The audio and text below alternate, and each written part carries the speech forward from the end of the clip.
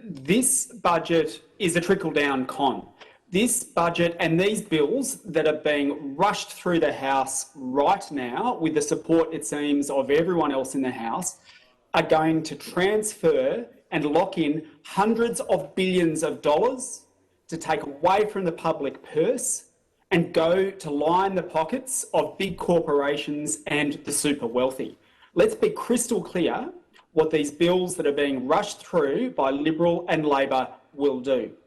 They will take hundreds of billions of dollars that could be going to fund schools and hospitals and renewable energy and free education in this country, and instead it's going to give tax cuts to millionaires and the super wealthy, and it's going to deliver tens of billions of dollars a year to big corporations that currently already pay no tax to go and spend as they wish without any constraint at all. Let's go through these measures one by one. It's important to understand just how egregious this spending is, but I want to place on record that this is extraordinary, that with a couple of days' notice, we are being asked to vote on bills that lock in hundreds of billions of dollars worth of spending. Yes, we are in a crisis. Yes, we have 1 million people who are looking for work. But this government came in here and cut JobSeeker and cut JobKeeper, and now turns around with the stroke of a pen and says, we want to give millionaires even more money and we want you to rush it through Parliament. Well, no. When the Australian people are looking to this place for leadership, for how we are going to bring down unemployment, not to 6% like the Treasurer wants, but to full employment where we have 2% unemployment, we need to ensure that we are spending our money not only quickly, but spending it wisely, spending it in a way that is going to generate full employment, that is going to tackle the climate crisis and tackle the inequality crisis in this country. And instead, the government, with Labor's backing, is rushing through bills that are going to make inequality in this country worse, that is going to fast-track the climate crisis, and that is going to help line the pockets of millionaires. Now, why do we say that this is a bill that is going to help the millionaires and leave, but not the million unemployed? Well, it is very, very clear.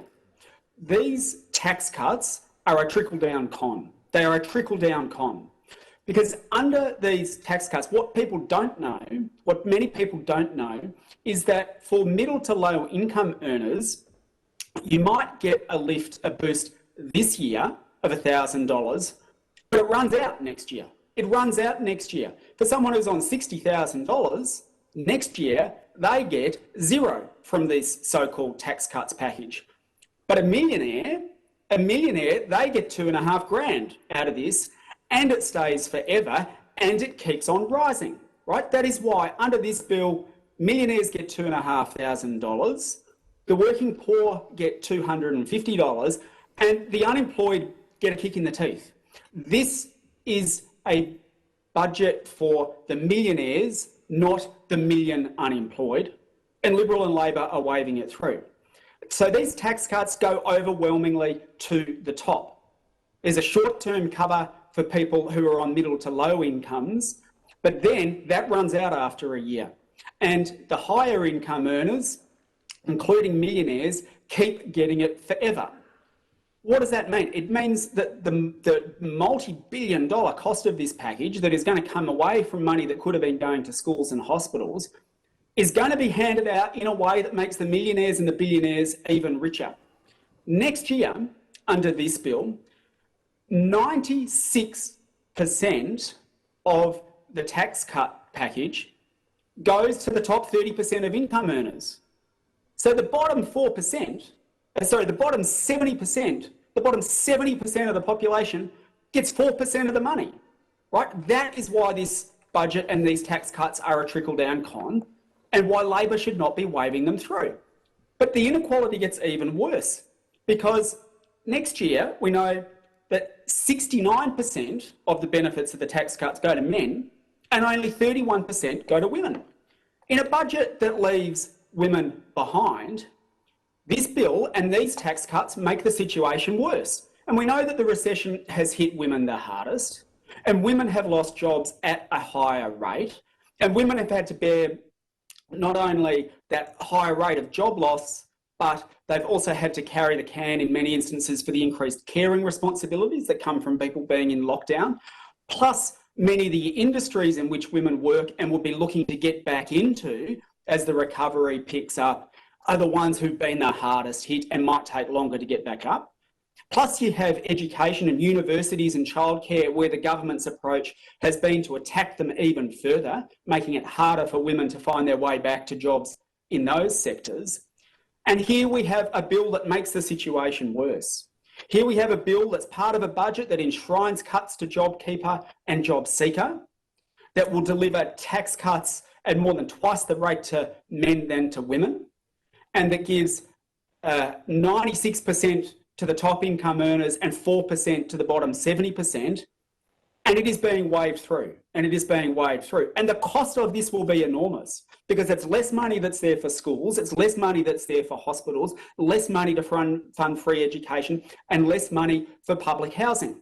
The Parliamentary Budget Office costed what it would cost to bring forward these tax cuts by 2 years, which aren't, as I say, aimed at low and middle income earners, but deliver the overwhelming majority of the benefit to the top, including to the millionaires. What did the Parliamentary Budget Office say that this would cost? They said bringing forward the tax cuts by 2 years, this package would cost $28 billion. If you use that money to help fund some public investment and for the government to borrow to invest in some infrastructure for Australia, we could build high-speed rail down the East Coast and over 300,000 new public housing units. We could be giving tens of thousands of people jobs with the amount of money that is being dished out at the moment. And instead, Liberal and Labor want to give it to tax cuts, including to the millionaires. Right? This is money that is coming out of everyday people's pockets and going to the top. Now, in a recession, when 1 million people are unemployed, there is no justification for giving tax cuts to millionaires. There can be no justification for giving Clive Palmer and other millionaires a tax cut while there are 1 million people looking for work. It will not create work. It's not only unfair, but it's bad economic stimulus. Because people like Clive Palmer and millionaires who've kept their jobs and their wealth throughout this recession, when they get an extra $2,000 a year out of the public purse, they're just going to pocket it. But if we lifted JobSeeker, if we invested to give people decent jobs on nation-building, planet-saving projects, then people on lower incomes are going to take the money and they're going to spend it. Right? We have got now more than 1 million kids in families that have been pushed into poverty as a result of the government's cuts to JobSeeker. Now, how can it be in this budget there is money for a tax cut for millionaires and Clive Palmer, but not enough money to lift JobSeeker and lift children out of poverty? That is what this bill represents. And that is this bill that Liberal and Labor are fast-tracking through. The cost to these tax cuts is going to be felt for generations.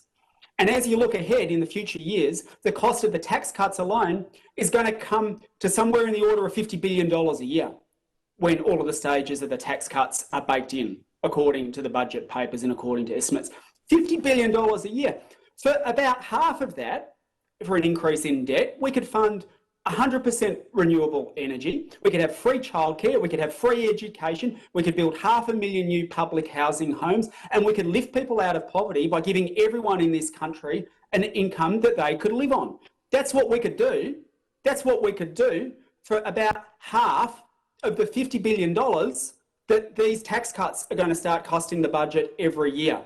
And instead of investing, instead of the government saying we've got this money in the public purse, let's use it to invest to create jobs like they did after World War II, like the United States did after the Depression, to get back to full employment. Instead, what's the government doing? It's not lifting public investment, it's not creating jobs, it is just giving it straight to the wealthy, and it's doing it with Labor's support. And this creates a very bad precedent. If we now have a situation where tens of billions of dollars can be funneled out the door without even the most basic of scrutiny, then this parliament is in a very distressing place. It's in a very distressing place because what we are doing here today is going to tie the hands of what future generations are going to be able to do. As they deal with the climate crisis, as they deal with an inequality crisis, they are going to be stripped of the ability for government to intervene and lead. With this money, that these tens of billions of dollars that are being shoveled upwards through this budget, we could fund a green recovery, right? And if you don't believe us, have a look at Boris Johnson over in the United Kingdom, who says that instead of subsidising coal-fired power stations and gas plants, as the government wants to do in this budget, he is saying, let's have the country, every house in the country powered by wind energy through a great big new build of offshore wind.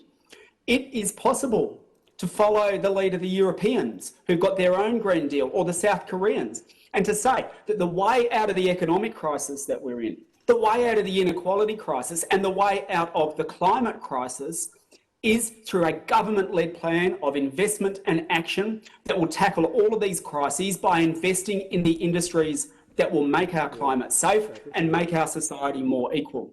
We should not be giving billions of dollars in a tax cuts to millionaire package that's going to disproportionately discriminate against women, and that's going to go to the top rather than to everyone else. Instead, we should be asking these billionaires to pay their fair share of tax. We should be asking the big corporations to pay their fair share of tax. And we should use that to create jobs through a recovery plan that grows work in our health and our care sectors, that expands our education sector rather than cutting it, that builds 100% renewable energy in this country, and that fast tracks high-speed rail right down the East Coast. What is crystal clear from this budget and this bill is that from now on, neither Liberal or Labor can ever say to us, oh, well, where are you going to get the money from to fund things like 100% renewable energy or free childcare or free education? Because the money is there. The money is clearly there. Right now, today, the government and Labor are funneling tens of billions of dollars out the door that are going to go to the pockets of big corporations and are going to go to the millionaires. That money would be better spent on a recovery plan that makes our society more equal, that grows our education and care sectors, and that gets us to 100% renewable energy while kicking off a manufacturing renaissance in this country by investing in the likes of green steel. That's what we could be doing with these tens of billions of dollars. And instead, the government's plan is basically to outsource the whole of the recovery. Okay, the government is outsourcing the recovery plan to billionaires and big corporations.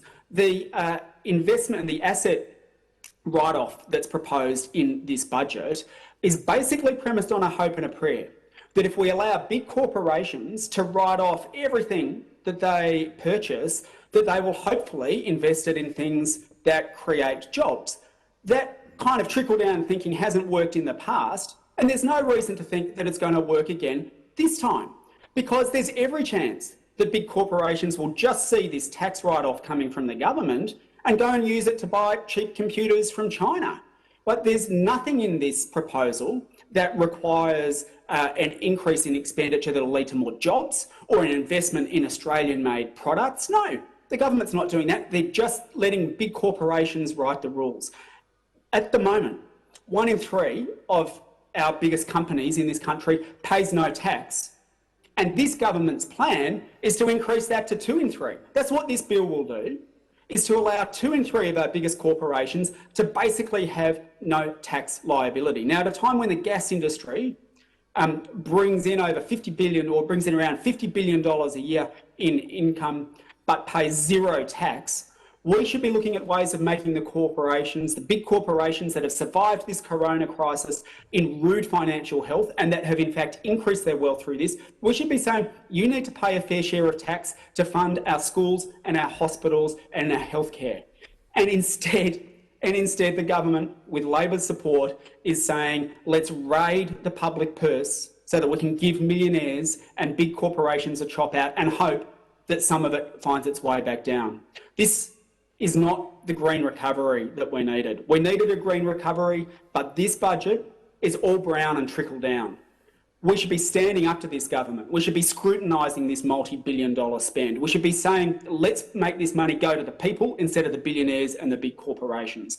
The Greens will fight for the millions, not for the millionaires. But the government and Labor, with this bill, are shoveling money upwards at an unprecedented rate, and it will damage us for generations to come.